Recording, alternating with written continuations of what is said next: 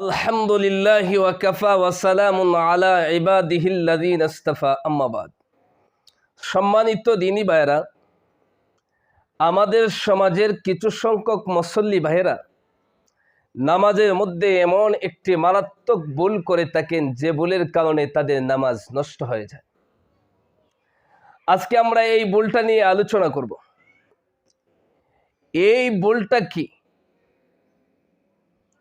আমরা দেখতে পাই যেই সমস্ত নামাজে আস্তে কেরাত পড়ার হুকুম রয়েছে, এই সমস্ত নামাজে আমাদের সমাজের কিছু সংখ্যক মুসল্লি তাদের ঠোঁট উভয়টা বন্ধ করে তারা মনে মনে কেরাত পড়েন। তো এটা এত যেটা যেই ভুলের কারণে তাদের নামাজ নষ্ট হয়ে যায়। এবার আসুন কিভাবে তাদের নামাজ নষ্ট হয়ে যায়।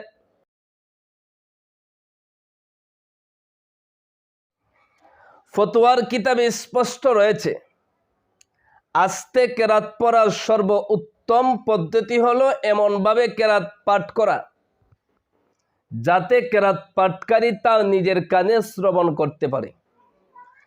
আর সর্বনিম্ন স্তর হচ্ছে এমনভাবে কেরাত পাঠ করা যাতে এই কালামুল্লাহ শরীফের প্রতিটা অক্ষর ভালোভাবে উচ্চারণ করা যায়। তাহলে আমাদের সমাজের যেই সমস্ত ভাইয়েরা মুখ ঠোঁট বন্ধ রেখে মনে মনে পড়তে শুরু করেন, তাহলে তো তাদের কেরাত পড়াটাই হয় না, কারণ আরবি কোনো অক্ষর নাই যেটা মুখ ঠোঁট বন্ধ করে উচ্চারণ করা যায়। আর যখন কেরাত উচ্চারণ করা যায় না, পাঠ করা যায় না, তখন তো তার নামাজই হয় না। সুতরাং যেই সমস্ত ভাইয়েরা মুখ ঠোঁট বন্ধ করে মনে মনে কেরাত পড়েন, এটা মারাত্মক ভুল, যেই ভুলের কারণে তাদের নামাজ নষ্ট হয়ে যায়। অথচ হাদিস শরীফে আছে, এক সাহাবী আরেকজন সাহাবীকে জিজ্ঞাসা করেছেন যে রাসূল করিম সাল্লাল্লাহু আলাইহি ওয়াসাল্লাম কি জোহরের নামাজে কেরাত পাঠ করতেন?